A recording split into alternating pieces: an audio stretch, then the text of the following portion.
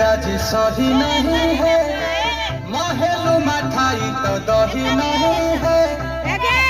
ओकरा से गीत ना बच्चा के साथ करे छै। लागे मिजाज आज सही नहीं है, महलू मठाई तो दही नहीं है। भोले राजा जी, भोले राजा जी।